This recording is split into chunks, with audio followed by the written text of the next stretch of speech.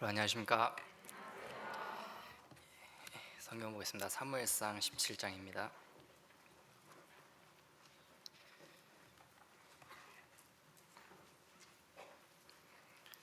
사무엘상 17장 31절부터 제가 읽겠습니다.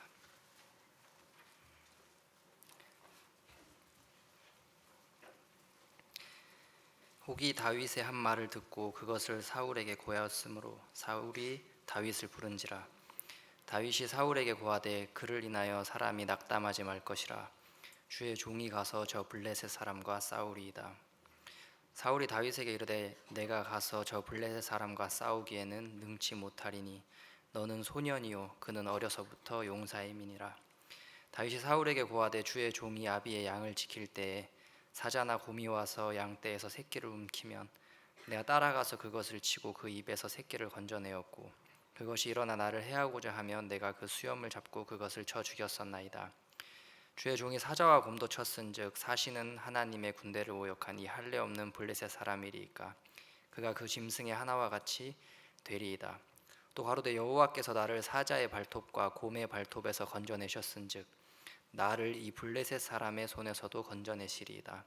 사울이 다윗에게 이르되 가라 여호와께서 너와 함께 계시기를 원하노라. 이에 사울이 자기 군복을 다윗에게 입히고 노투구를 그 머리에 씌우고 또 그에게 갑옷을 입히매 다윗이 칼을 군복 위에 차고는 익숙치 못함으로 시험적으로 걸어보다가 사울에게 고하되 익숙치 못하니 이것을 입고 가지 못하겠나이다 하고 곧 벗고 손에 막대기를 가지고 시내에서 매끄러운 돌 5을 골라서 자기 목자의 제구 곧 주머니에 넣고 손에 물매를 가지고 블레셋 사람에게로 나아가니라. 40절까지 읽었습니다. 제가 이렇게 성경을 읽을 때마다 또 하나님 마음을 볼 때마다 하나님 앞에 얼마나 감사하고 또 소망스러운지 모르겠습니다. 저는 오랫동안 저의 부족함 또 저의 허물 그런 것들을 이제 없애려고 살았고 또 그런 모습들이 드러날 때마다 실망하고 그렇게 살았는데 제가 하나님께서는 가라지를 보시지 않는구나, 가만히 두어라 라고 하신 그 주인의 음성을 따라서 보면 이제 가라지가 그 뒤로 더 자라날 거 아닙니까? 우리는 가라지가 많으면 안 되겠다, 이제 더 이상 안 되겠다 그런 마음을 가지지만 그것이 아무리 많이 자라도 주인의 마음은 전혀 가라지에 있지 않은 거예요. 하나님이 무엇을 바라보시느냐, 하나님이 어떤 마음을 갖고 계시느냐.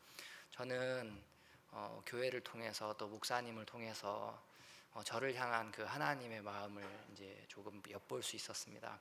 제가 2012년에 이제 IT에 갔는데요. 어제 이제 제가 그 선교학교를 어떻게 들어갔고 그 다음에 이제 어떻게 또 단기 선교를 갔다 왔고 이제 그런 이야기를 좀 드렸는데 제가 그러고 이제 2012년에 선교 그 IT로 이제 선교를 가게 됩니다. 선교를 갔는데 이제 그 IT에 도착하고 나서부터 문제가 일어나기 시작합니다. 제 아내가 이제 그 한국에서 아이를 가졌는데 이제 임신을 한 상태로 이제 IT에 왔는데 IT에 도착하고 한 달 뒤에 이제 유산을 했어요.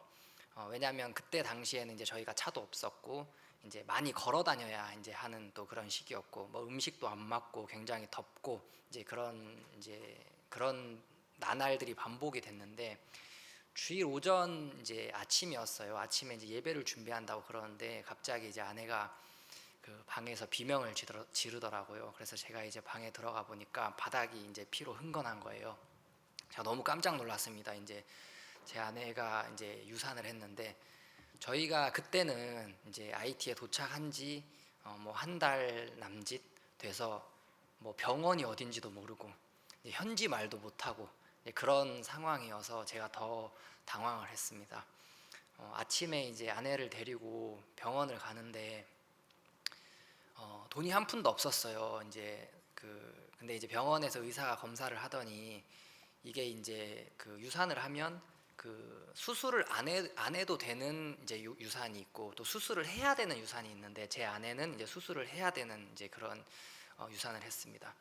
그래서 이제 수술을 해야 된다고 이제 의사가 말을 하는데 저희들이 이제 외국인이다 보니까 너무 터무니없는 이제 그 금액을 이제 요구를 하는 거예요. 그래서 뭐 그때는 뭐 말도 안 되고 하니까 우리 선교사다 제발 이렇게 좀 수술을 하게 해달라 뭐 그렇게 얘기를 해도 그 사람들에게 이제 그런 말이 전혀 통하지 않고 그냥 그 사람들에게 저희는 외국인이고 백인이니까 돈이 많은 사람들이니까 그냥 그렇게 이야기하면 뭐 다들 돈을 내니까 자기들 급하면 돈을 내겠지 하는데 저희들 뭐 그때 방법이 없었습니다. 그래서 병원을 갔다가 또 집에 왔다가 또 월요일 날 다시 병원을 갔다가 다른 병원을 또 갔다가 또 집에 왔다가 그렇게 이제 3일을 있었는데요.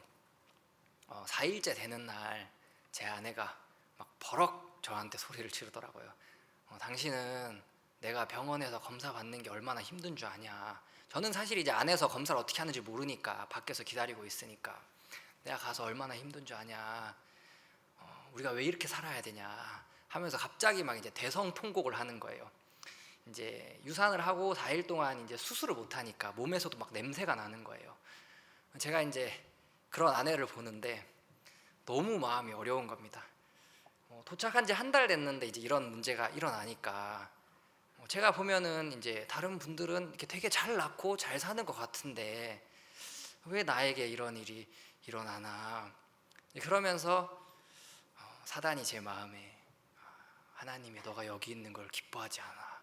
제가 그동안 과거에 지었던 죄, 내가 하와이에서 목사님 말을 안 들어가지고 내가 그동안 아버지 속을 속여서 교회에서 형제 자매님들 말을 안 듣고 교회를 무시해서 그래서 하나님이 나를 이렇게 하시는구나. 이 희한한 게 문제를 만나니까 그 전에 지었던 죄들이 막 다 떠오르더라고요. 그러면서 이 한국 속담에 이제 인과응보라는 말이 있지 않습니까? 그래서 이게 내가 옛날에 과거에 이렇게 문제가 많았더니 결국은 나에게 이제 돌아오는구나 이제 이런 마음이 들면서 굉장히 어려웠습니다. 목사님께 전화를 드렸어요. 목사님께 전화를 드렸는데 이제 그때 이제 목사님께서 저에게 이제 해주셨던 이제 이야기가 오늘 제가 읽은 이제 이 본문 이야기입니다. 목사님께서 이제 어떤 이야기를 하셨냐면 한솔아, 하나님은 두려워하지 말라고 하셨어. 두려워하지 마. 성경에 보면 다윗과 골리앗이 싸우는 이야기가 나와. 골리앗의 가장 큰 무기가 뭐였는 줄 아니?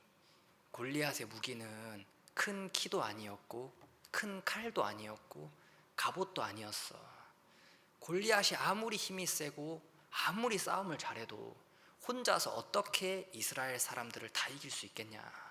근데 성경에 보면 골리앗이 이제 딱 나타났을 때 온 이스라엘 사람들이 두려워해서 숨었다는 이제 이야기가 나오거든요. 혼자서 아무리 여러분 그 강하다고 해도 성인 남성들을 대상으로 그것도 군인들을 대상으로 어떻게 혼자 그 사람들을 다 이길 수 있겠어요. 목사님께서 골리앗의 무기는 칼이 아니었고 방패가 아니었다. 성경에는 골리앗이 누구를 죽였다, 몇 명을 죽였다 그런 이야기가 나오지 않아. 근데 골리앗의 가장 큰 무기는 뭐였냐? 두려움이었다. 사람들 마음에 두려움이 들어가니까 모든 사람들이 골리앗 앞에서 숨더라. 근데 다윗은 그때 뭐 전쟁에 참여하지도 못할 만큼 이제 어린 사람이었는데 다윗이 그 골리앗 앞에 담대하게 발을 내디디니까 하나님이 일을 하시더라. 두려워하지 마. 사단은 너에게 자꾸 두려운 마음, 하나님이 너와 함께 하지 않는 것처럼 너를 속이는데 그건 하나님이 주시는 마음이 아니야.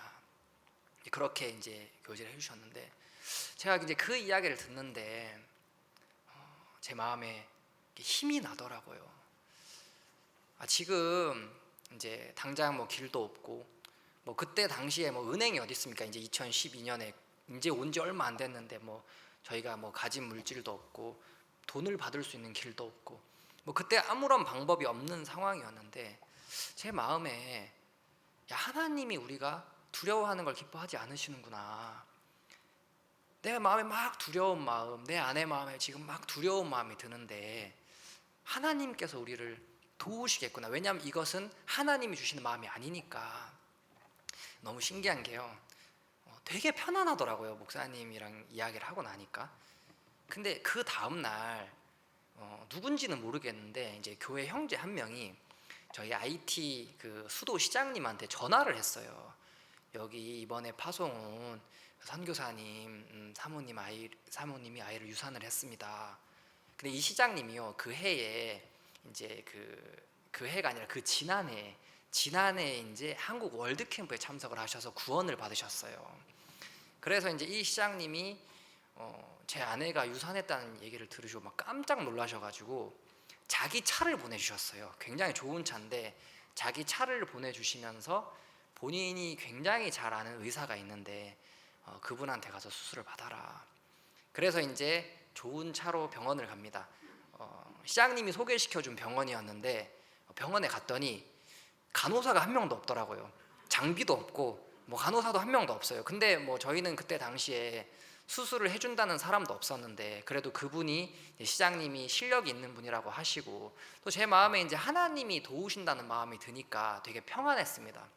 그래서 이제 제 아내는 수술을 하고 제 아내가 이제 도착을 하니까 그 의사가 전화를 해서 간호사를 한 명 부르더라고요. 그래서 이제 간호사가 도착을 하고 뭐 장비도 안에 별로 없고 뭐 안에 보면 이렇게 이게 제대로 된 병원인가 싶을 어떤 그런 병원도 아니었지만 밖에서 기다리는데 초조하기보다는 되게 평안했습니다.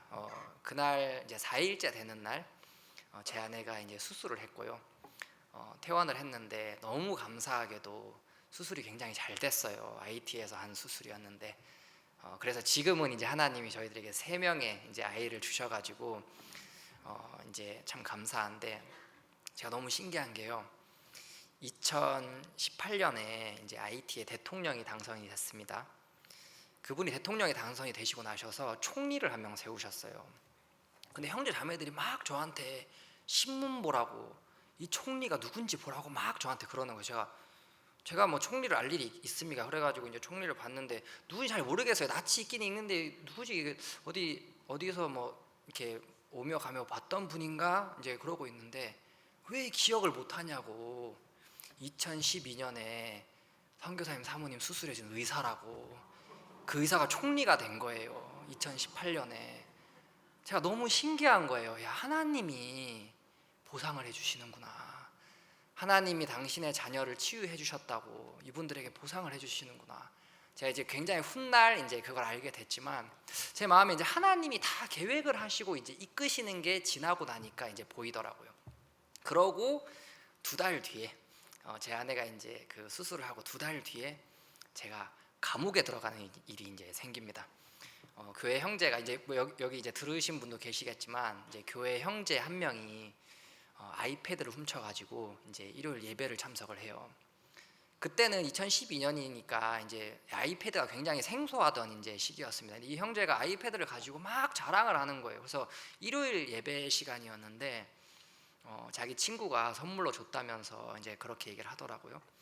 근데 이제 예배가 끝나고 얼마 안 있어서 갑자기 이제 경찰이랑 외국인들이 미국 사람들이 이제 교회로 들이닥쳤어요. 근데 교회로 들어오더니 뭐 아무런 사전 고지도 없고 통보도 안 하고 그냥 다짜고짜 들어와서 막 이제 다 열어보는 거예요. 뭐 방에도 들어오고 막 5만 대를 다 들어오길래 제가 좀 화가 났어요. 그래서 아니 IT 경찰들은 원래 이렇게 뭔 일이 있으면 뭐 아무런 통보도 안 하고 이렇게 들어오냐. 이제 내가 너희들이 뭘 찾는지 모르겠지만 만약에 너희들이 찾는 게 안 나오면 우리도 가만히 있지 않겠다. 그러니까 또 경찰이 화가 난 거예요. 그래가지고 이제 경찰이 막 티격태격 하고 있는데 나중에 알고 보니 이제 그 교회 형제가 그 백인의 아이패드를 훔쳐가지고 이제 가지고 온 거였어요. 근데 이 형제는 몰랐죠. 그 아이패드에 GPS 기능이 있어가지고 이게 이제 위치 추적이 된 거예요. 그래서 이제 이 경찰이 위치 추적을 해보니까 이제 저희 교회가 딱 나온 거죠. 근데 이 형제는 또 경찰이 들어오는 걸 봄과 동시에 또 도망을 갔어요. 그래가지고 이제 굉장히 난처한 상황이 됐는데 제가 좀 곤란한 거예요. 왜냐하면 IT 같은 경우는 간음이나 뭐 어떤 폭력 이런 것보다도 이 도둑질이 거의 살인과 거의 맞먹는 이제 그 정도로 이게 안 좋은 이제 죄질이라서 제가 만약에 이 형제가 감옥에 들어가게 되면 지금 젊은 형제인데 이제 앞으로 이 형제가 한평생 감옥에서 살아야 된다는 생각을 하니까 또 마음이 아프고 근데 또 그렇다고 제가 모르는 척을 하자니 이미 들어버렸는데 이제 모르는 척을 하자니 또 이제 거짓말을 하는 거잖아요. 그래가지고 이걸 어떻게 해야 되나 굉장히 난감해서 그 잃어버린 백인을 이제 경찰이랑 이미 제가 싸워가지고 막 서로 좀 속이 상해 있으니까 그 백인을 제가 따로 불렀어요. 그래서 내가 알아보니까 우리 형제가 당신 물건 훔쳤더라. 내가 이 교회의 목사인데 내가 대신해서 그 형제를 대신해서 당신에게 사과하고 싶다. 왜냐하면 내가 잘 가르쳤어야 되는데 잘 못 가르쳤으니까. 대신 이 형제가 굉장히 젊다, 아직 청년인데 내가 어떻게든 아이패드를 찾아줄 테니까 당신이 용서해 줄 수 있겠냐, 경찰서를 안 보내줄 수 있겠냐라고 제가 부탁을 했더니 이 사람은 나는 그 사람 뭐 그 경찰서 보내고 그런데 전혀 관심 없고 아이패드만 찾으면 된다, 이렇게 얘기를 해주더라고요. 그래서 이제 제가 그 형제가 이제 그 전화를 안 받으니까 저희들이 막 문자를 보내가지고 일단 아이패드를 보내라. 이 형제도 이제 너무 두려운 거예요, 이제 경찰들이 있으니까. 그래서 이제 교회 주변에 와서 지나가는 꼬마 여자애한테 이제 아이패드를 주면서 저기 교회에 갖다 줘라. 그래가지고 이제 웬 모르는 이제 여자아이가 아이패드를 가지고 왔더라고요.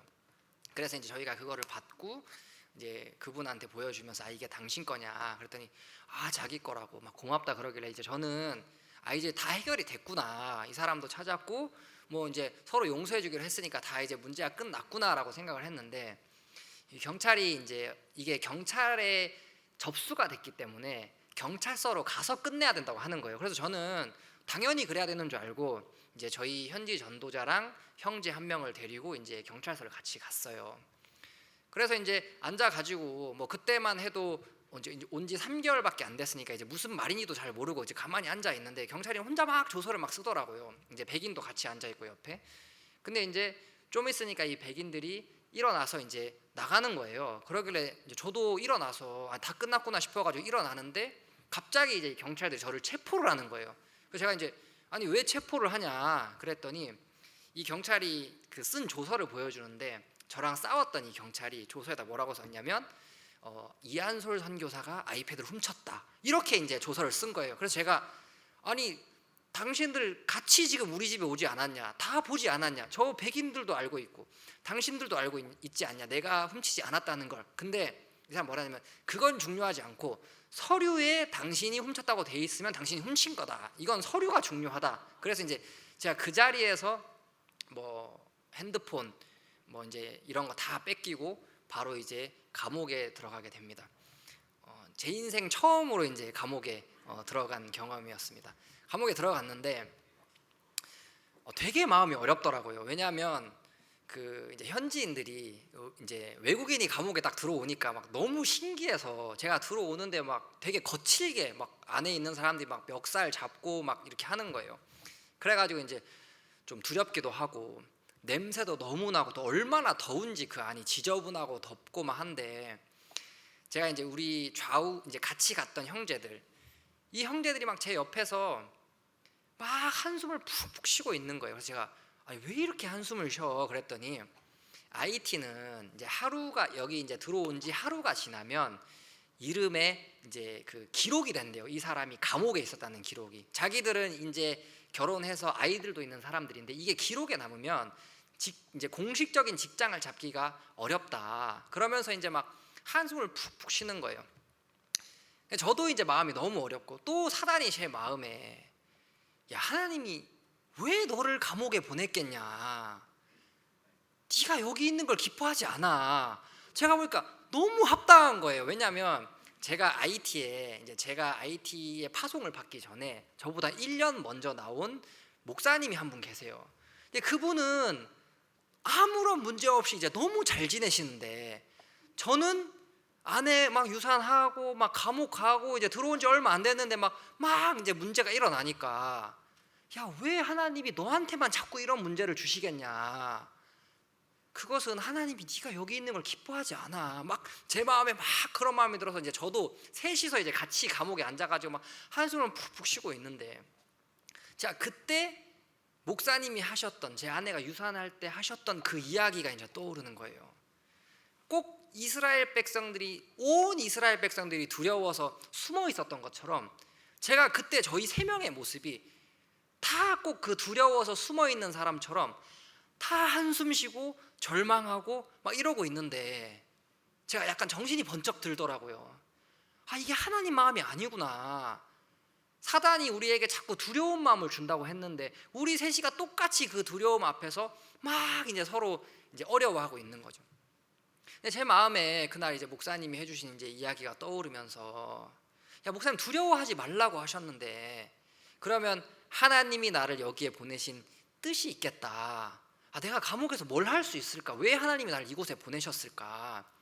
내가 이 사람들한테 복음을 전해야겠다. 이제 그렇게 마음이 가더라고요. 그래서 제가 간수한테, 나 선교사인데 혹시 이 사람한테 여기 안에 있는 사람한테 내가 말씀 전해도 되느냐? 그랬더니 아무 문제 없다고, 말씀 전해도 된다는 거예요. 그래서 내가 사람들을 좀 모아달라 그랬어요. 그랬더니 이제 사람들이 다 밖에 나오더라고요. 복도에 이제 쫙 앉았는데 제가 사람들을 이제 앉혀놓고 물어봤어요. 여러분 혹시 죄 있습니까? 죄 있는 사람 손 들어 보십시오. 그랬더니 거기 앉아 있는 사람이 다 손을 드는 거예요. 아니, 우리가 죄가 있으니까 여기에 왔지, 죄가 없으면 여기에 왜 있겠냐, 그걸 질문이라고 하냐.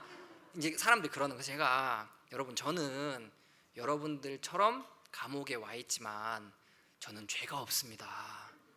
제가 왜 지금부터 죄가 없는지에 대해서 이야기를 해드리겠습니다. 그러니까 제가 이제 이렇게 얘기를 시작을 하니까 사람들이 막 되게 흥미로워하더라고요. 그러면서 제가 그날 2시간을 이제 복음을 전했어요. 너무 신기한 게, 사람들이 죄를 지어서 그런지 몰라도 죄인이 딱 돼 있으니까 말씀을 너무 달게 듣는 거예요. 그래서 2시간이 지났는데 그 안에 있는 사람들이 전부 다 구원을 받아요. 그래가지고 제가 이제 여러분 이제 죄인입니까 의인입니까? 그러니까 막 의인입니다 하면서 막 할렐루야 하면서 너무 기뻐하는데, 이제 밖에 그 간수가 지나가다가 무슨 니네가 의인이야, 너무 기가 막히니까 안에 지금 잡혀 들어온 사람이 죄가 없다 하니까 제가 그런데 그 사람들한테, 여러분, 사람들이 뭐라 하든지 간에 하나님이 우리를 의롭다고 하셨는데 그럼 우리는 의로워진 거 아닙니까? 막 다 아멘 하면서 막 박수를 치고 너무 좋아하는 거예요. 제가 그날 그 사람들한테 복음을 전하면서, 우리가 감옥에 들어온 게 그 경찰 때문도 아니고 그 형제 때문도 아니고 이 사람들한테 복음을 전하라고 하나님이 그 경찰과 형제를 사용하신 거였구나. 제가 그 마음이 드니까 처음에는 막 그 경찰도 밉고 그 형제도 원망스럽고 막 그런 마음이 굉장히 컸는데, 하나님이 이 사람들한테 복음 전하라고 그 사람들을 사용하셨구나라는 마음이 드니까 그 사람들이 정말 하나도 밉지가 않은 거예요. 그래가지고 이제 그날 막 너무 행복하게 저희 같이 갔던 이제 그 2 형제도 하나님 일하시는 걸 보더니, 선교사님, 하나님이 감옥에서도 이렇게 일하시네요. 내가 이런 하나님이면 감옥에서 내가 10년도 살겠다 막 이러면서 하나님 저희들 마음을 바꿔주셔가지고 너무 행복한 거예요, 저희가. 그래가지고 이제 그날 밤이 돼서 자야 되는데, 이제 거기는 사람들이 이제 방 안에서 안 자고 전부 다 이제 복도에서 잠을 자더라고요. 불을 켜놓고. 왜냐하면 방 안에서 자면 또 뭔 짓을 할지 모르니까 간수가 지켜보는 그 복도에서 다 나와서 잠을 자는데, 한쪽은 나가는 문이고 한쪽은 이제 화장실이에요. 그래서 제일 쾌적한 공간이 이제 문 쪽인데, 그 안에서 제일 오래 계셨던 할아버지가 저한테, 여기에는 이제 그 딱 하나 이불이 있는데 선교사님 여기서 주무시라면서 제일 좋은 자리를 이제 저한테 내주시더라고요. 그래서 이제 제가 거기에 이제 누워서 우리 좌우에 이제 우리 형제들을 데리고 너무 편안하게 이제 잠을 자고 있었어요. 너무 신기한 건 제가 잡혀간 날 또 누가 저희 시장님한테 또 연락을 한 거예요. 우리 선교사님 잡혀갔다고. 이 시장님이 막 화가 나가지고 경찰 그 서장한테 전화를 했어요. 너 왜 죄 없는 그 사람을 잡아가냐. 근데 이제 경찰 서장이 이제 자기가 알아보니까 그 사람이 이제 조서를 썼는데 이 사람이 이미 이제 조서를 쓰고 퇴근을 한 거예요. 자기도 어쩔 수가 없다, 지금 이건 뭐 당신이 아무리 그렇게 얘기를 해도 내가 빼줄 수 있는 게 아니다, 이제 그렇게 얘기를 하니까 시장님이 전화를 하고 막 화를 냈는데도 이 사람이 안 보내주니까 시장님이 화가 났어요. 그래가지고 제가 자고 있는 그날 밤에 차를 한 8대를 가지고 시청 직원들 다 데리고, 그리고 그 시에 있는 검사까지 데리고 이제 그 교도소로 오신 거예요. 그래가지고 이제 이 시장님이 막 이 외국인 선교사가 여기 처음으로 감옥에 잡혀가서 막 얼마나 두렵고 막 벌벌 떨고 울고 있을까 싶어가지고 너무 걱정이 돼서 오자마자 이제 제가 있는 곳에 바로 오셨단 말이에요. 시장님, 제가 나오고 나서 뭐라고 하시냐면, 나는 네가 그날 울고 있을 줄 알았다. 두려워가지고 막 그러고 있을 줄 알았는데 네가 코를 골면서 잠을 자고 있더라. 내가 네가 그렇게 편하게 잠을 자고 있는 줄 알았으면 며칠 더 있다 올걸. 난 너 울고 있을 줄 알고 내가 막 불이 나게 지금 이 새벽에 왔는데 그렇게 잘 자고 있는 줄 몰랐다. 이제 그렇게 막 웃으시면서 얘기를 하시더라고요. 근데 저희가 자고 있는데 시장님이랑 교도소장이랑 검사분이랑 이제 세 분이서 합의를 하셨어요. 그래서 이제 저희가 그날 풀려납니다. 24시간이 지나기 전에 저희가 나오는데 진짜 제 마음에 너무 감사한 거예요. 야, 우리가 문제를 만나지만 그런 문제를 만날 때마다 사단이 우리 마음에 막 두려운 마음을 주는데 이 두려운 마음은 하나님의 마음이 아니구나. 하나님은 어디를 가도 우리를 통해서 일을 하시는구나. 제가 막 그 하나님 마음을 생각을 하니까 너무 제 마음이 막 감격스럽고 막 소망스러운 거예요. 제가 이제 첫날 이야기 드렸다시피 저는 이제 원래 그 수도에서 한 5년 정도 사역을 하다가 4년 정도는 제가 지방에서 이제 그 사역을 했어요. 지방은 수도랑 한 4시간 정도 떨어진 이제 곳인데 제가 간 그 도시가 데모가 일어나고 그 다음에 폭동이 일어나면서 굉장히 치안이 안 좋아서 저희가 나갈 수도 없었고 막 이제 사람들이 많이 납치되고 막 교회가 문을 닫고 외국인들이 철수하고 이제 막 그런 일들이 이제 일어났습니다. 주변에서 이제 목사님들도 저에게 좀 나와야 되는 거 아니냐. 왜냐하면 많은 한국인들 또 외국인들이 이미 철수한 상황이었고 제가 사는 도시는 또 한국인이 저밖에 없어요. 한국인은 아예 없는 곳이었고 선교사라고도 이제 거의 없는 이제 그런 도시였어요. 왜냐하면 마트도 없고요. 저희들은 그 장을 보러 가면 보통 마트에 가야 이제 뭐 신선한 걸 살 수 있잖아요. 근데 저희들은 마트가 없었기 때문에 재래시장에 가서 이제 그 현지인들 파는 그 막 돼지고기 이렇게 걸어놓고 막 팔이 막 붙어 있는 이제 그런 데서 이제 저희가 이제 음식도 사고 이제 그렇게 살았는데 그 도시에 이제 폭동이 일어나면서 굉장히 이제 도시가 어려워지는 상황이 있었습니다.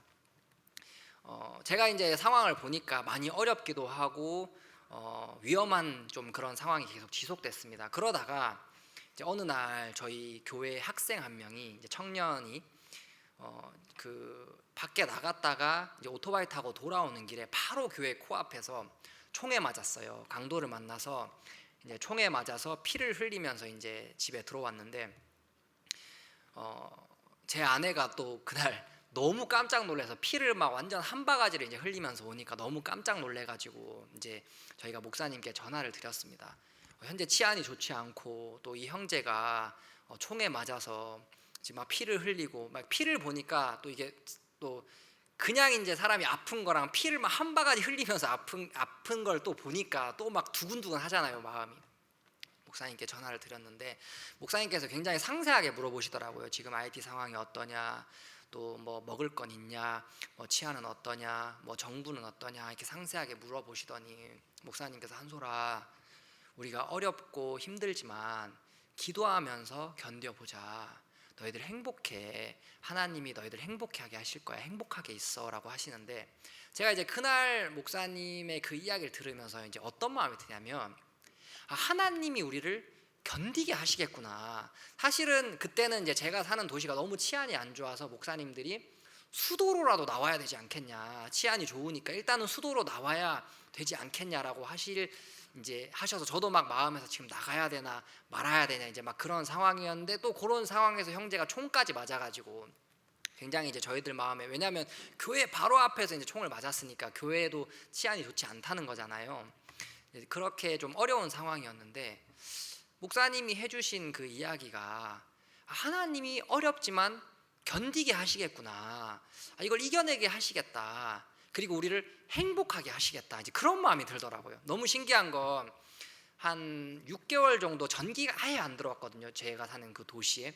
전기가 안 들어오면 어떤 문제가 일어나냐면 병원이 가장 문제가 커지더라고요. 왜냐하면 병원이 전기가 안 들어오면 그리고 이제 깽단이 길을 막아서 유조차가 못 들어오니까 저희가 막 기름도 못 구하고 이제 이런 상황이었는데 병원에서 사람을 수술을 하려면 기계를 써야 되잖아요. 근데 이 전기가 없으니까 기계를 못 쓰는 거예요. 저희 간호사 자매 한 명이 있었는데 충분히 살릴 수 있는 사람인데 못 살려서 그냥 죽는 걸 보니까 막 그렇게 울더라고요. 그래서 저희가 사실 긴장이 많이 됐어요. 왜냐하면 이 형제가 이제 총을 맞았는데 이제 그날 밤에 뭐 수술이라도 해야 되면 수술도 못 하는 상황이 될 텐데 이제 아직 청년인데 이게 어떻게 될까 사실 기도가 많이 됐는데 목사님이 해주시는 그 이야기가 저희들 마음을 되게 또 차분하게 해주시더라고요. 너무 감사한 건 그 다음 날 이 형제가 퇴원을 해서 왔어요. 밤에 저녁에 총을 맞았는데 아침에 퇴원을 했어요. 그래서 어떻게 됐냐?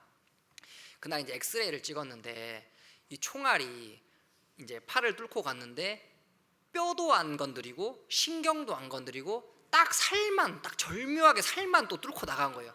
그래 가지고 그냥 이렇게 붕대만 감고 빨간 약 바르고 붕대만 감고 돌아왔더라고요. 그래 가지고 씩씩 웃으면서 왔어요. 그러니까 너무 이렇게 감사한 거예요. 야, 총을 쏘는데도 총에 맞았는데도 지금은 수술을 할 수 있는 상황이 아닌데도 하나님이 도우시는구나. 그리고 제가 어떤 마음이냐, 목사님 행복하라고 하셨는데 야, 우리가 진짜 행복하면 여러분 지금 막 그때 6개월 동안 뭐 교회 다 문 닫고 현지 교회는 거의 뭐 그 탈취의 대상이 되어서 저희들이 그때는 교회가 작으니까 뭐 대상이 아니었지만 대형 교회들도 막 들어가서 강도들이 스피커 다 떼가 하고 막 이제 그런 상황이었는데 우리가 목사님 행복하라고 하셨는데 지금 사람들이 몇 개월째 전기도 없어 치안이 안 좋아 불안해하고 있는데 야, 우리가 이 사람들한테 행복한 걸 전달을 해줘야겠다. 우리가 진짜 행복하면 우리만 행복하면 안 되잖아요. 이 사람들한테 행복하라는 이 이야기를 전달을 해야겠다. 제가 어제 이야기 드린 저희 교회 학생들, 교회 그 여기저기서 온 그 학생들을 데리고 우리가 콘서트를 하자. 교회 마당에서 콘서트를 하자. 그래가지고 이제 콘서트를 준비하는데 뭐 이 학생들이 노래를, 여러분 IT는요 이렇게 피아노를 들어보거나 그렇게 학생들이 잘하질 않아요. 그래서 이렇게 피아노랑 같이 그 노래를 하는 걸 굉장히 어색해해요 사람들이. 그래서 피아노 따로 노래 따로. 그래서 이게 그래가지고 반주를 하면 굉장히 이게 듣기가 괴롭거든요. 그래서 차라리 반주를 안 하고 이제 노래를 하든지 아니면 노래에 맞춰서 이제 이렇게 반주를 하든지 이렇게 하는데 저희가 이제 음악이라고는 한 번도 배워본 적 없는 학생들을 저희 이제 단기 선교사가 이제 가르칩니다. 가르쳐 가지고 노래를 하는데 매일매일 이제 노래 연습을 하는 거예요. 노래 연습을 하는데 다른 데는 지금 다 교회가 문 닫아 가지고 이제 교회를 못 하고 있는데 저희들은 이제 아침부터 뭐 그때 학교도 못 가는 상황이거든 아이들이. 그러니까 이제 교회 와라. 교회 와서 노래도 배우고 또 말씀도 듣고 뭐 공부도 하고 교회 막 애들을 막 불러가지고 이제 콘서트 연습을 하는데 한 사람이 이제 지나가다가 노래 소리가 들리니까 여기가 도대체 뭐야 하면서 이제 저희 교회를 들어왔어요. 그래서 들어왔다가 그날 이제 덜컥 구원을 받습니다. 구원을 받는데 이 사람이 어떤 사람이냐면 저희 제가 있던 도시가 옥가이라는 도시인데 이 옥가이 시립 합창단 단장이에요. 합창단 단장. 이 사람이 저희 교회 앞을 지나가다가 음악 소리가 나니까 사실 이 음악 소리가 좀 듣기 괴로운 소리거든요. 제가 그래서 저희 단기한테 조금 이렇게 조용히 연습을 해주면 안 되겠냐. 계속 오래 들으니까 약간 힘들더라고요. 이 노래 소리가 음이 하나도 안 맞으니까요. 근데 그 소리를 듣고 여기 도대체 뭔데 이렇게 음악 소리가 나는 거야 하고 이제 들어왔다가 구원을 받았는데 이 사람이 내가 사실은 우리 시립합창단의 그 단장이다. 그래가지고 이제 저희가 또 그 소리를 들으니까 그러면 우리가 콘서트를 하려고 하는데 혹시 우리 학생들 좀 가르쳐 줄 수 있냐. 이 사람이 내가 한번 가르쳐 보겠다. 그래서 이제 시립합창단 단장이 저희 학생들을 가르치러 또 교회로 옵니다. 그때 교회로 오는데 이 사람이 한 2주 정도 가르쳐 보더니 선교사님 이 학생들 데리고 이 콘서트 안 된다. 이거 너무 수준이 낮다. 애들이 이 학생들로는 도저히 할 수 없다. 그래가지고 막 굉장히 어려워하는 거예요. 그래서 제가 그러면 방법이 뭐가 있냐 그랬더니 우리 학생들 말고 자기 합창단을 데리고 콘서트를 하면 어떻겠냐 하더라고요. 근데 이제 저희 아이들이 지금까지 한 달 넘게 연습을 했는데 또 얘네들을 다 빼자니 또 그렇잖아요. 그래서 그러면 그러지 말고 형제가 가지고 있는 그 합창단도 콘서트를 하고 그 다음에 거기서 이제 뭐 소프라노, 알토, 테너 이런 음을 잡아주는 분들이 같이 와서 우리 아이들이랑 노래를 해줘서 음을 잡아주면 어떻겠냐. 우리 아이들이 따라 불러서 퓨전으로 하자. 그럼 그러면 되겠다. 그래서 이제 그 합창단들이 같이 이제 저희 집에 옵니다. 그래서 이 합창단들이 저희 집에서 연습을 해요. 연습을 하는데 또 저희가 그냥 연습만 할 수 없잖아요. 그래서 연습하면 끝나고 말씀을 또 전해요. 그래가지고 연습하면 이제 끝나고 말씀 듣고 또 말씀 끝나면 밥을 줍니다. 밥을 주니까 또 사람들이 그냥 갈 수 없잖아요. 그 어려운 시국에. 그래가지고 이 사람들이 한 달을 저희 집에서 같이 연습을 해요. 근데 한 달을 지나니까 이 합창단들이 또 다 구원을 받습니다. 한 달을 지나니까. 그래가지고 그 콘서트를 했어요. 저희가 콘서트를 뭐 저희 도시에는 공연장 이런 게 없어요. IT 전체에 이제 공연장이 딱 하나 있는데 저희 도시에는 극장이라는 개념이 없어요. 그래서 사람들이 극장을 본 적도 없고, 그래서 이제 교회 바로 앞에 그 소가 풀 뜯는 그 밭이 있어요. 교회 바로 앞에. 그 밭을 저희가 정리를 해가지고 나무를 이제 빌려다가 나무를 이제 박아서 이제 무대를 만들어요. 그래서 나무로 무대를 만들고 의자를 빌려서 이제 그 밭에다가 깝니다. 의자를. 그래 이제 의자를 깔고 막 국기 달고 막 이렇게 해가지고 이제 콘서트를 하는데 그 콘서트에 또 300명이 옵니다. 동네 주민들이. 이 사람들이 앉아 있는데 이제 원래 소가 풀 뜯던 데라 가지고 앉아 있다가 노래를 하고 있는데 갑자기 소들이 들어와가지고 막 앉아있던 사람들 막 도망가고 막 일어나고 막 이제 약간 해프닝도 있었는데 사람들이 너무 좋아하는 거예요. 왜냐하면 이런 극장을 가본 적이 없으니까. 그리고 이제 저녁이 딱 됐는데 빛이 없잖아요. 근데 어디서 나타나는지 동네 주민들이 차를 갖고 와가지고 뒤에서 헤드라이트를 비춰주는 거예요. 그 무대를. 그래가지고 이제 너무 그 느낌 있는 또 감성 그 공연장이 완성이 됩니다. 그래가지고 막 그날 저희들이 너무 행복한 거예요. 그 사람들한테 복음을 전하면서. 근데 이제 또 너무 신기한 게 그날 이제 저희들이랑 콘서트를 하고 이 같이 했던 그 형제와 같이 했던 사람들이 자기들 이제 구원은 받았지만 다 자기 교회에서 다 리더들이라면 리더 싱어들이에요. 리더 뭐 기타, 드럼, 그다음에 이제 그 보컬 하는 사람들이, 이 사람들이 자기들 교회에 가서 간증을 합니다. 우리 선교회를 만나서 구원을 받았다고. 내가 사실은 지금까지 구원이 아니었다 이러면서 갑자기 간증을 합니다. 근데 그렇게 간증을 했는데 목사님이 쫓아내요. 출교를 합니다. 그래가지고 이 사람들이 마음이 어려워서 우리 합창단 단장 형제한테 내가 교회에서 쫓겨났다. 근데 이 단장 형제가 막 이렇게 위로를 해줘야 되는데 너무 좋아하는 거예요. 그러면서 너 그러면 이제 우리 교회 나와라. 야, 세상에 다른 교회 가서 너 노래했다고 쫓아내는 그런 교회가 어딨냐. 우리 교회 나와라. 그러면서 갑자기 저희 교회 퀄리티가 올라갑니다. 합창단 퀄리티가. 시립 합창단 이 주 멤버들이 이제 저희들 교회로 오면서 합창단 퀄리티 갑자기 확 올라가요. 그래가지고 그 행복하라는 그 이야기를 듣고 콘서트를 한번 했는데 너무 사람들이 좋아하는 거예요. 저희가 그날 처음으로, 제가 사실은 여러분 보시다시피 말랐잖아요. 먹는 걸 제가 잘 이렇게 즐기지를 못해요. 제가 이제 몇 년 전에 한국에 칸타타를 왔었는데 목사님을 처음으로 이제 한 달 동안 칸타타를 따라다녔어요. 목사님이랑 칸타타를 따라다니면서 같이 자고 같이 밥 먹고 같이 차 타고 다니는데 밥 먹는 게 너무 재밌는 거예요. 목사님이랑 밥 먹는 게. 제가 목사님, 저는 어렸을 때부터 밥 먹을 때마다 아버지께 입 다물고 먹어라, 조용해라, 쩝쩝거리지 마라, 그리고 절대 배부를 때까지 밥을 먹으면 안 된다. 그러면 사람이 게을러진다. 그래서 항상 이렇게 약간 부족한데 싶을 때 젓가락을 내려놔라. 저는 어릴 때부터 이렇게 교육을 받았고, 항상 이제 아버지랑 밥을 먹으면 즐겁다는 게 아니라 뭔가 이렇게 수업의 연장선, 이렇게 선생님과 마주하고 있는 그런 느낌. 그래서 밥 먹는 게 저는 재밌었던 적이 한 번도 없어요. 제 인생에서. 제가 고등학교 때 처음으로 아버지께서 저에게 저희 가족들을 다 불러다가 외식을 가자고 하시더라고요. 제가 깜짝 놀랐어요. 저희 아버지도 이렇게 음식을 즐겨 하시는 분이 아닌데 외식을 가자고 하시길래 굉장히 기대를 많이 했습니다. 근데 이제 처음으로 저희를 데려가셨던 그 외식집이 죽집을 데려가시더라고요. 죽집을.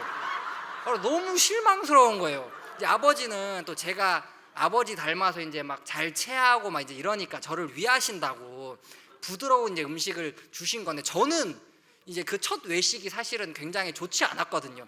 그냥 죽만 먹고 이렇게 이제 그러고 즐겁지 않은 이제 그런 시간을 보냈는데, 제가 이제 그런 이야기를 막 목사님께 했더니 목사님께서, 근데 목사님이랑 밥을 먹는데 목사님은 막 이렇게 드시면서 야, 이거 너무 맛있다, 이거 어디서 온 거야, 야, 이거 누가 한 거야, 막 이렇게 얘기를 하시죠. 저는 밥을 먹으면서 아버지가 그런 얘기를 하시는 걸 본 적이 없어요. 식탁에서 대화를 한 적이 없단 말이에요. 항상 조용히 아무 말 없이 이제 밥을 먹다가 목사님이랑 밥 먹는 게 너무 즐거워서 목사님께 얘기를 했더니 내가 보니까 너 아버지가 너를 다 말려놨구나 그러시면서 목사님께서 야 한솔아 내가 가르쳐 줄게. 밥은 어떻게 먹어야 되냐면 배가 불러서 도저히 못 먹겠을 때 한 숟갈 더 먹어야 된다. 밥은 그렇게 먹는 거야. 그러시더라고요. 제가 그래서 그전에는 항상 이렇게 먹기 전에 숟가락을 내려놔서 늘 제가 이제 삐썩 말랐었단 말이에요. 지금은 제가 약간 통통해졌거든요. 그 뒤로 이제 목사님을 만나면서 제가 약간 식습관도 바뀌고 먹는 재미도 알게 됐는데 제가 이제 그렇게 IT로 오다 보니까 저는 사실 먹는 거에 대해서 막 힘들다 아니면 막 맛있는 걸 먹어야겠다 그런 생각이 별로 없어서 제가 이렇게 막 IT에서 집회를 하면서 막 음식을 차린다든지 그런 적이 없었는데 그날 콘서트 때 저희가 처음으로 돼지를 한 마리 잡았어요. 돼지를 한 마리 잡아서 이제 사람들한테 대접을 했는데 이제 300명이 오니까 이 돼지가 모자라더라고요. 그래서 이제 저희 교회 식구들은 안 먹고 막 이제 많은 사람들이 이제 이제 주민들한테 저희가 다 돼지를 주는데 너무 이제 제가 감사한 거예요. 그래서 이제 목사님께 제가 글을 드렸어요. 목사님 지금 치알이 너무 안 좋아서 IT에 막 이렇게 있었는데 목사님께서 그렇게 이야기를 해주셔서 저희가 너무 행복하게 이제 콘서트를 했습니다. 그래가지고 이제 목사님께 이제 이야기를 드려서 목사님 바로 전화가 오셨어요. 그러시면서 저희가 돼지 잡은 얘기를 했는데 사실은 돼지를 이제 물론 제가 안 좋아해서 안 잡은 것도 있지만 돼지 값이 또 만만치는 않단 말이에요. 저희가 그래가지고 돼지를 잡는 게 쉽진 않았는데 처음으로 잡았죠. 제가 이제 선교 나온 지. 근데 이제 목사님께서 그 얘기를 들으시다 너무 기뻐하시면서 야 사람들 거기 먹을 것도 없고 힘든데 그 앞으로 매달 돼지 잡아라. 매달 돼지 잡아서 사람들 밥도 먹이고 복음 전하고 노래해라. 제가 이제 목사님 그렇게 얘기하시니까 예, 알겠습니다 목사님. 사실은 겨우겨우 처음으로 돼지를 잡았는데 이제 그날 목사님이 그렇게 얘기를 하시면서 저희가 그때부터 매달 콘서트를 하게 됩니다. 너무 신기한 거는 참 어려운 상황이었는데요. 하나님이 그때마다 돼지 잡을 이제 그 물질을 주시는 거예요. 저희 형제 자매들은요. 제가 시골에 사니까 헌금을 하시는 분들이 이렇게 돈으로 헌금하시는 분들이 거의 없었어요. 항상 야채 집에서 키우던 야채를 가져다 주시다든지 뭐 감자를 가져다 주신다든지 이렇게 그렇게 항상 하시는 분들이 많았기 때문에 저희가 집에는 뭐 제가 데리고 있는 아이들이 한 30명 가까이 되고 제가 그 아이들 또 교회에서 저희가 뭐 가르치기도 하고 또 단기 선교사처럼 훈련도 하기도 하고 또 학교도 보내주고 막 이러다 보니까 제가 사실은 늘 마이너스였는데 근데 너무 신기한 건 목사님이 그날 이야기를 하시면서 신기하게 하나님이 매달 이제 돼지 잡을 그 물질을 주시면서 저희가 매달 이제 콘서트를 하는데 합창단 퀄리티도 올라가고 너무 많은 사람들이 복음을 듣는 거예요. 그러면서 이제 또 한 그 회사 우물을 파는 회사 사장님이 이제 연결이 됐어요. 이분이 연결이 되시면서 이제 저랑 개인 교회를 하게 되셨는데 덜컥 구원을 받아요 이분이. 근데 이분이 너무 좋아하시면서 내가 우물 파는 회사를 하고 있는데 혹시 우리 회사에 와서 우리 직원들 상대로 매주 말씀을 전해줄 수 있느냐. 그래서 이제 제가 그 회사를 갑니다. 회사에 한 20여 명 정도 모이는데 그 회사 직원들이랑 이제 매주 월요일마다 저희가 한 2년 가까이 이제 성경 공부를 했어요. 근데 너무 신기한 건 이게 이제 2주 정도 그 성경 공부를 하니까 이제 이 그 회사가 저희 교회랑은 좀 거리가 멀어서 사람들이 차가 없는 사람들이 많다 보니까 사실은 IT는 좀 차로 뭐 한 5분 거리만 해도 걸어서 가야 되는 거리니까 이제 쉽진 않은 거리거든요. 근데 이제 사람들이 이제 이 거리가 있다 보니까 교회는 오지는 못하는데 저희 교회 오지는 못하는데 저희가 매주 월요일마다 가니까 이제 이걸 2년을 하니까 이제는 이 사람들이 구원을 받아서 꼭 저희 교회에 예배 드리는 것처럼 저는 꼭 교회 두 군데를 하는 것처럼 이 사람들이 구원을 받고 막 간증을 하는데 하나님이 막 신기하게 막 이렇게 사람들을 연결시켜 가시는 거예요. 그러다가 또 한 은행에 저희 또 시내에 있는 은행 부지점장이 또 그 사장님을 통해서 이제 저랑 만나게 되고 자기가 그 성경에 대해서 굉장히 관심이 많은데 혹시 토요일 날 자기 집에 와서 성경 공부를 해줄 수 있냐고 물어보더라고요. 제가 마다할 이유가 없잖아요. 그래가지고 이제 토요일 날 그분 집에 가서 그 부원장님이랑 그 사모님을 모셔놓고 이제 복음 교육을 하는데 이 두 분이 또 그날 구원을 받아요. 근데 이 사모님이 구원을 완전히 확실하게 받으셔가지고 막 너무 기뻐하시는, 그러면서 매주 토요일마다 우리 집에 와서 성경 공부해 줄 수 있냐, 그러면서 그 목사님이 한마디 하셨던 너희 행복해. 그럼 우리가 행복하면 지금 사람들 다 어려워하고 있는데 우리가 행복하면 이 사람들에게 행복한 걸 이야기해 줘야지, 그러면서 발을 내디딘 그것이 너무 신기하게 이제 하나님이 길을 열어 가시는 거예요. 그러고 어떤 일이 있었냐, 작년에 제가 사는 그 도시에, 제가 미국에 있을 때 지진이 납니다. IT에 지진이 일어났었는데 그 지진 난 도시가 제가 사역을 하는 그 도시였어요. 그 도시를 때리면서 굉장히 많은 사람들이 죽습니다. 그리고 저희 교회가 이제 양철로 만든 이제 마당을 이제 양철로 만든 그 이제 나무로 세워서 양철로 이제 지붕을 한 교회였는데 그대로 이제 교회가 폭삭 이제 주저앉습니다. 제가 사실 걱정을 많이 해서, 왜냐하면 교회에 사는 사람이 많았기 때문에 다치는 사람이 없었을까.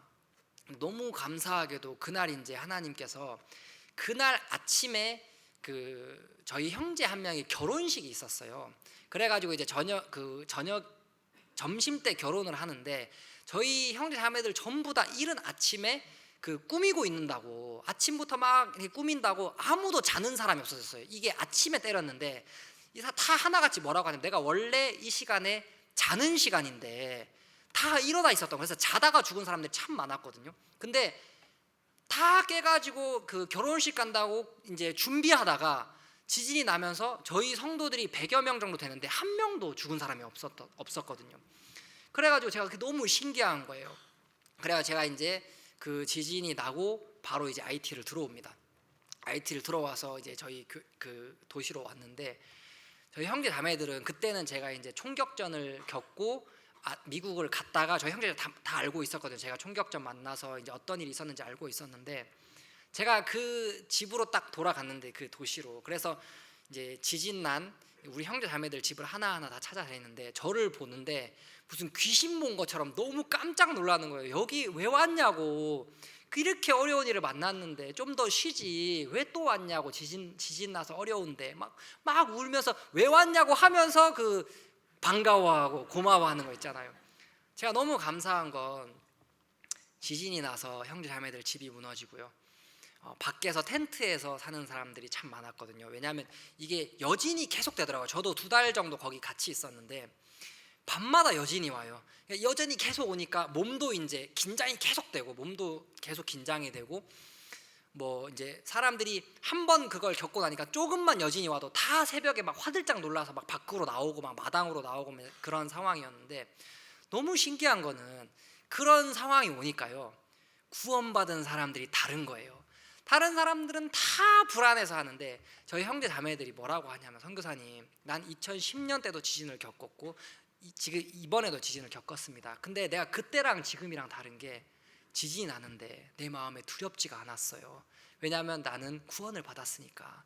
사람들이 막 두려워하고 막 이웃들이 막 어려워하는데 우리 형제자매들이 막 복음을 전하는 거예요. 그러면서 제가 다시 돌아갔는데 세상에 어려워하는 사람들이 한 명도 없고 너무 이렇게 행복해하는 거예요. 복음을 전하면서.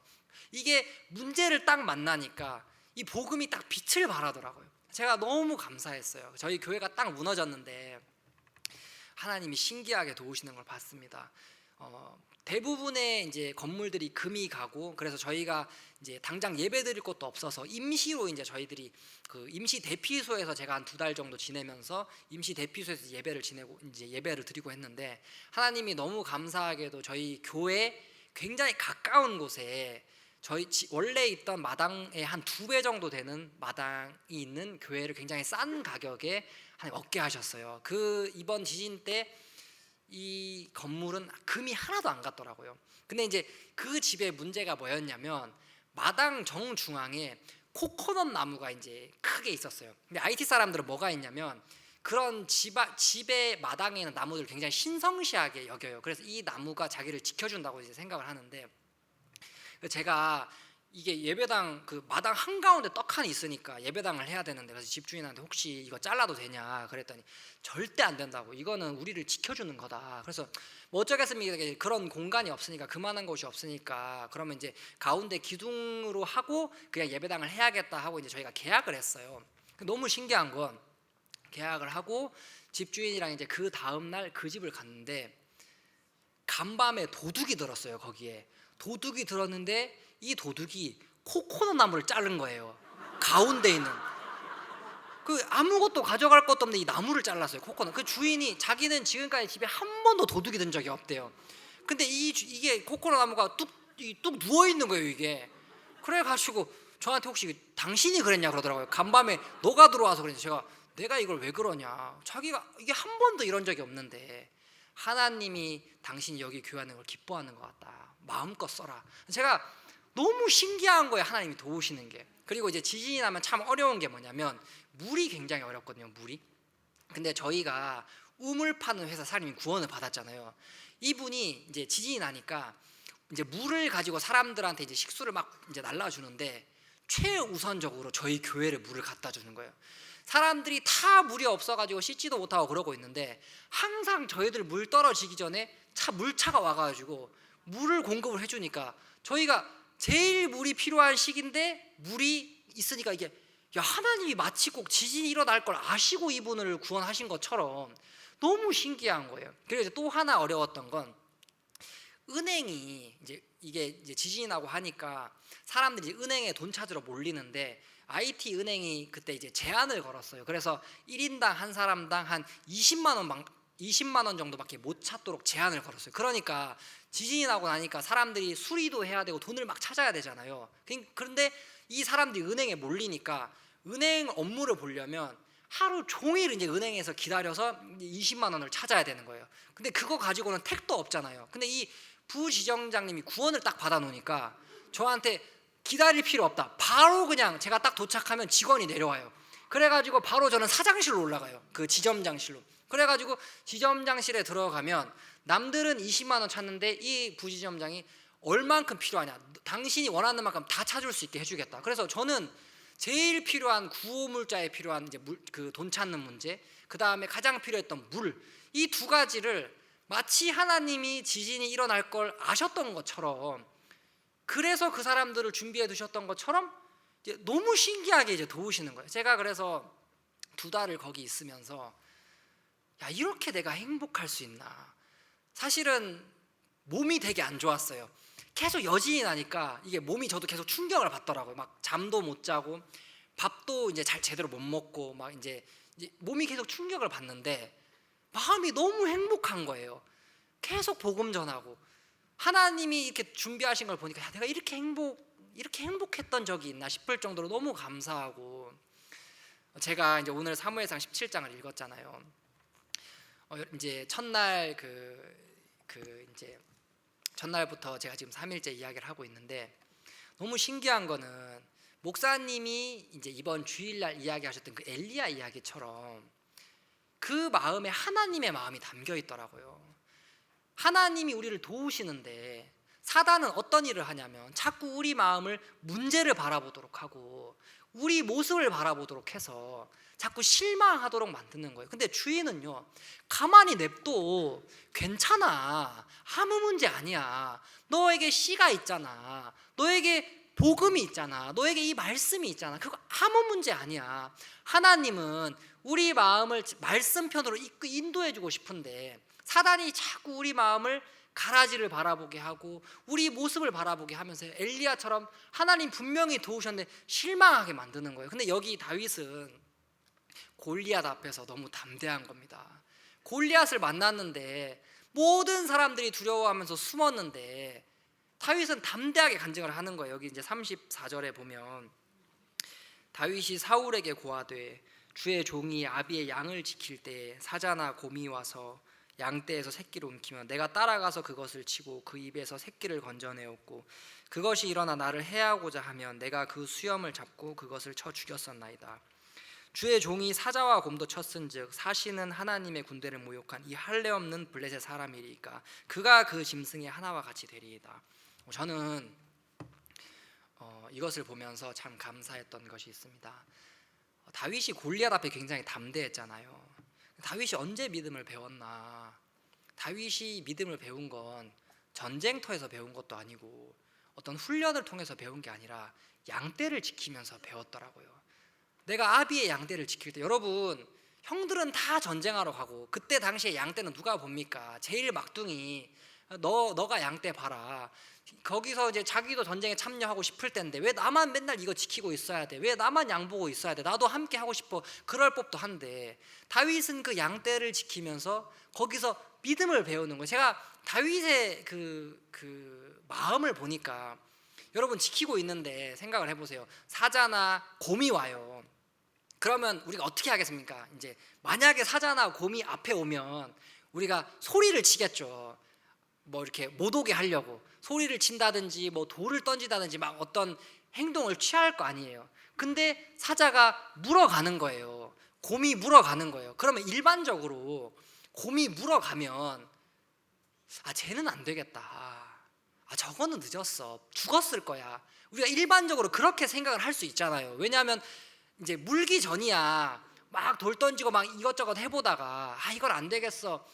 이렇게 할 법도 한데, 이 곰이 물어가는데 이 사이에 있는데 이미 뼈가 부러졌을 수도 있고 이미 죽었을 수도 있는데 다윗은요 이걸 따라가는 거예요. 끝까지 따라가서 그 안에서 건져내는 겁니다. 제가 이걸 보는데, 목사님이 지금까지 복음 앞에 이런 마음으로 사셨구나. 내가 옷가에서 너무 힘들 때 많은 사람들이 나에게 너 철수해야 되는 거 아니냐, 너 수도로 나와야 되는 거 아니냐, 너 너무 위험하다, 많은 사람들이 저한테 그렇게 이야기를 했는데 제가 봐도 참 위험한 상황이었는데 목사님께서 아니야 한솔아, 우리가 어렵지만 기도하면서 견뎌보자. 제가 거기서 4년을 있었는데요, 너무 신기한 건 4년 동안 저희들이 한 번도 깽단한테 그 4년 있으면서 위협을 받는다든지 저희 집에 막 깽들이 들어온다든지 그런 문제를 한 번도 만나지 않고 오히려 콘서트를 하면서 정말 많은 사람들한 이 복음을 듣게 되고, 하나님이 마치 그 미래에 일어날 일들을 아시고 준비해 두신 것처럼 하나님이 일을 해 나가시는데, 제가 이게 하나님 마음이구나. 하나님은 우리가 두려워하고 뒤로 물러나고 이제는 안 되겠다, 하나님 이것이 나에게 족합니다, 이제 나는 충분해요, 나 이제 할 만큼 했어요, 나 이제 더 이상 못해요, 나는 내 선조들보다 못합니다. 사단은 자꾸 우리 마음에 형편을 크게 하고 가라지를 크게 보이는데 하나님의 종은 우리 마음에 하나님을 크게 보게 하는 거예요. 이 다윗이 양떼를 지키면서 그 도우시는 하나님을 보니까 골리앗 앞에서 너무 담대한 겁니다. 어떤 문제를 와도 이 다윗이 물러서거나 그러는 게 아니라 담대하게 그것을 이겨내는 겁니다. 제가 IT에 있으면서 12년이 지났습니다. 오늘 이제 제가 3일 동안 모든 이야기를 다 드리지는 못했지만 참 제 인생에서 이렇게 어려울 수 있었나 싶을 만큼 어려웠던 적도 있었고요. 이제는 내가 죽겠구나 하는 이제 적도 있었고요. 너무 아파서 막 이렇게 거의 뭐 기절하다시피 했었던 적도 있었고요. 참 많은 문제를 만났어요. 근데요, 너무 신기한 거는 저는 IT가 너무 좋아요. IT가 너무 좋고, 사람들이 저한테, 시장님도 심지어 그러더라고요. 너 도대체 왜 IT에 있냐? 다들 떠나는데 넌 도대체 왜 있는 거냐?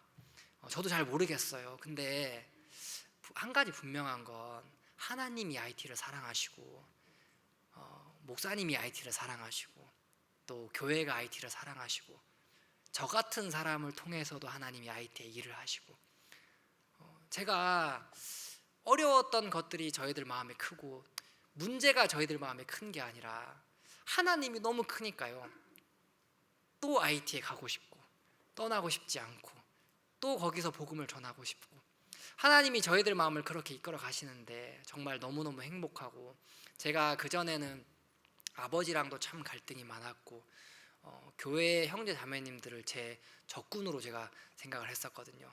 근데 지금 보니까 형제 자매님들께서 얼마나 저희들을 위해서 또 기도해 주시고 또 함께 해 주시고, 제가 이제 그 IT에 지금은 이제 드림 대안학교라고 그 아이들을 데리고 학교를 하나 만들었습니다. 학교 못 가는 아이들, 제가 이제 학비를 다 대주려니까 이것도 감당이 안 되는 겁니다. 그래서 이제 그 아이들 데리고 저희가 학교를 만들어서 이제 아이들을 가르치고 있는데, 아버지가, 제가 옛날에 그랬거든요. 사람들이 너 커서 뭐가 될래 이제 그러면 저는 항상 나는 두 가지 빼고 다 될 거다. 목사, 선생. 난 이거 두 개 빼고 난 뭐든지 다 할 거다. 저는 항상 이제 사람들한테 그렇게 얘기를 했었는데, 제가 어느 날 되돌아보니 제가 IT에서 교장을 하고 있고 목사가 되어 있더라고요. 제가 아버지가 걸어온 그 길을 그대로 같이 가고 있더라고요.